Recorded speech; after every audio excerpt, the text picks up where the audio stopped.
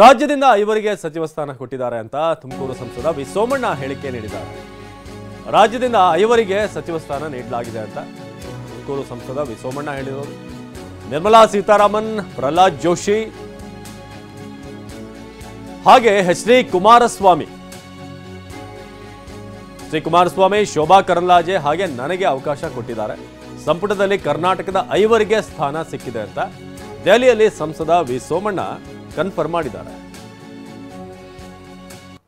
Minister साहब, हमारा नेता अमित शाह जी, नड्डा जी, ऑल अदर्स, संतोष जी, हमारा स्टेट लीडर येडियुरप्पा जी, विजयेंद्र, अशोक, बसवराज बोम्माई, सब भी मिलकर मुझे अभी मंत्री को अवकाश देखो है.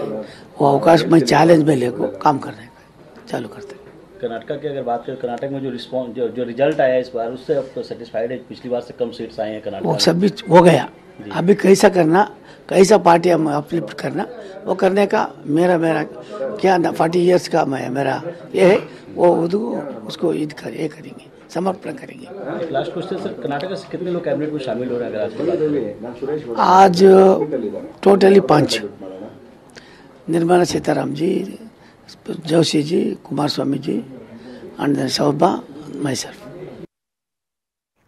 ಇನ್ನು ಮೋದಿ ಅವರು ಕರ್ನಾಟಕಕ್ಕೆ 5 ಸಚಿವ ಸ್ಥಾನ ಕೊಟ್ಟಿದ್ದಾರೆ. 5 ಸಂಸದರಿಗೂ ಕೂಡ ನಾನು ಶುಭಾಶಯ ತಿಳಿಸ್ತೇನೆ ಅಂತ ಆರ್ ಅಶೋಕ್ ಹೇಳಿದ್ದಾರೆ. ಮೋದಿ ಅವರು ಕರ್ನಾಟಕಕ್ಕೆ 5 ಸಚಿವ ಸ್ಥಾನ ಕೊಟ್ಟಿದ್ದಾರೆ.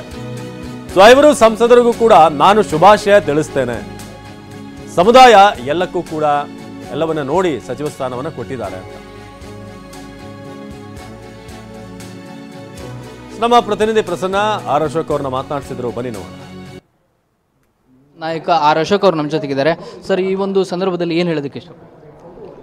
ಎಲ್ಲರಿಗೂ ಶುಭಾಶಯ ಹೇಳ್ತಾ ಇದ್ದೀನಿ. ನಮ್ಮ 5 ಜನ ಮಂತ್ರಿಗಳು ಅವರೆಲ್ಲರಿಗೂ ಒಳ್ಳೆಯದಾಗಲಿ. ಮೋದಿಯವರು ಪ್ರೀತಿಯಿಂದ ವಿಶ್ವಾಸದಿಂದ ಕರ್ನಾಟಕಕ್ಕೆ 5 ಸ್ಥಾನ ಕೊಟ್ಟಿದ್ದಾರೆ.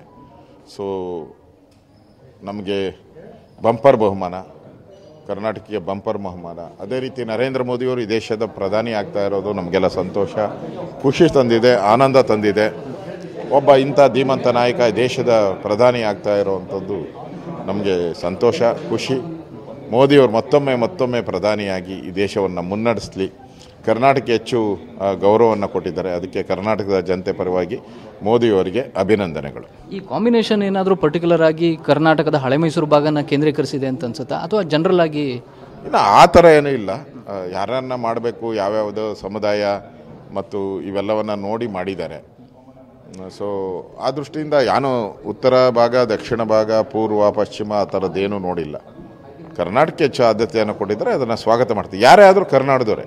ಇದರಲ್ಲಿ ಹಳೇದು ಹೊಸದು, ಉತ್ತರ ದಕ್ಷಿಣ ಅನ್ನೋ ಪ್ರಶ್ನೆ ಮಾಡಬಾರ್ದು. ನಾವು ಎಲ್ಲರೂ ಅಖಂಡ ಕರ್ನಾಟಕದವರು. ಆ ದೃಷ್ಟಿಯಿಂದ ನಾನು ಈ ಮಂತ್ರಿಗಳು ಏನಾಗಿದ್ದಾರೆ ಅವ್ರಿಗೆ ಶುಭ ಕೋರ್ತೀನಿ. ನಿಮ್ಮೆಲ್ಲರ ಸೇವೆ ಕರ್ನಾಟಕಕ್ಕೆ ಬೇಕಾಗಿದೆ. ದಯವಿಟ್ಟು ಮೋದಿಯವರ ಆಸೆ ಆಕಾಂಕ್ಷೆಗಳೇನಿದೆ ಅದನ್ನು ಪೂರೈಸುವಂಥ ಕೆಲಸವನ್ನು ಎಲ್ಲರೂ ಕೂಡ ಮಾಡೋಣ. ಇದಿಷ್ಟು ವಿರೋಧ ಪಕ್ಷ ನಾಯಕ ಆರ್ ಅಶೋಕ್ ಅವರು ಮಾತಾಡಿದರು. ಕ್ಯಾಮ್ರಾ ಪರ್ಸನ್ ವಿನೋದ್ ಜೊತೆ ಪ್ರಸನ್ನ ಗಾಂವ್ಕರ್, TV9 ನವದೆಹಲಿ. ಇನ್ನು ಪ್ರಧಾನಿಯಾಗಿ ಇಂದು ಮೋದಿ ಪದಗ್ರಹಣ ಹಿನ್ನೆಲೆ ದೆಹಲಿಯ ರಾಷ್ಟ್ರಪತಿ ಭವನದಲ್ಲಿ ಸಿದ್ಧತೆಗಳು ಆಗ್ತಾ ಇದೆ.